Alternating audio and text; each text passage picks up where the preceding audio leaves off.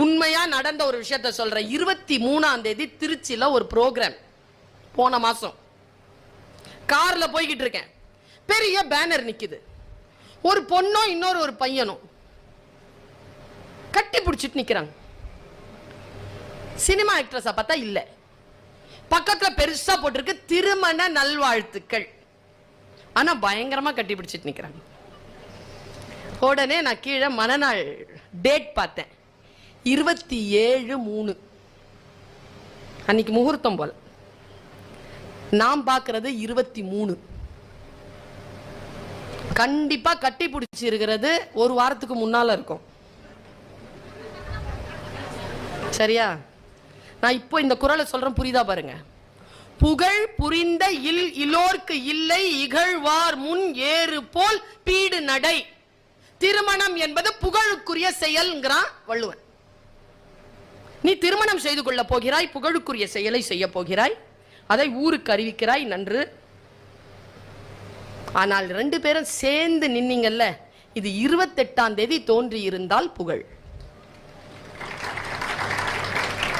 சரியா சொன்னா? கம்முன்னு இருந்தா நாங்களும் அந்த மாதிரி செஞ்சிருக்கிறோமே நம்ம பிள்ளைகளுக்கு. இந்த அம்மா இப்ப வந்து சொல்லுதே, தமிழ் மரபுன்னு ஒண்ணு இருக்கா இல்லையா? நமக்கான மரபை யார் காப்பாற்றுவது? நாம் தான் காப்பாற்ற வேண்டும். எந்தையும் தாயும் மகிழ்ந்து குலாவி இருந்தது இந்நாடு என்கிறான் பாரதி.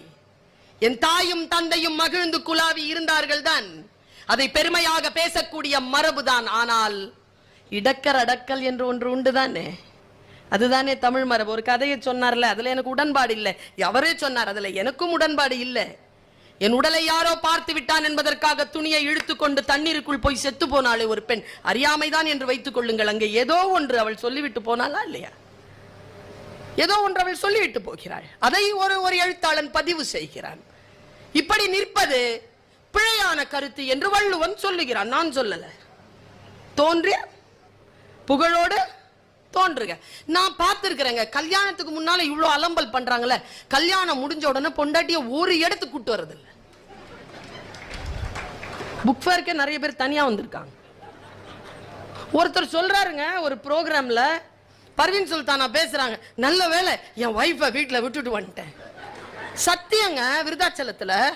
நான் அவரையே பார்த்துட்டு இருக்கிறேன். பக்கத்துல இருக்கிறவர் கேட்கிறாரு, ஏன் இல்ல போன வாட்டி அந்த பேச்சை கேட்கறதுக்காக கூட்டு வந்தானா அந்த அம்மா அடங்குறதுக்கே 4 மாசம் ஆச்சு.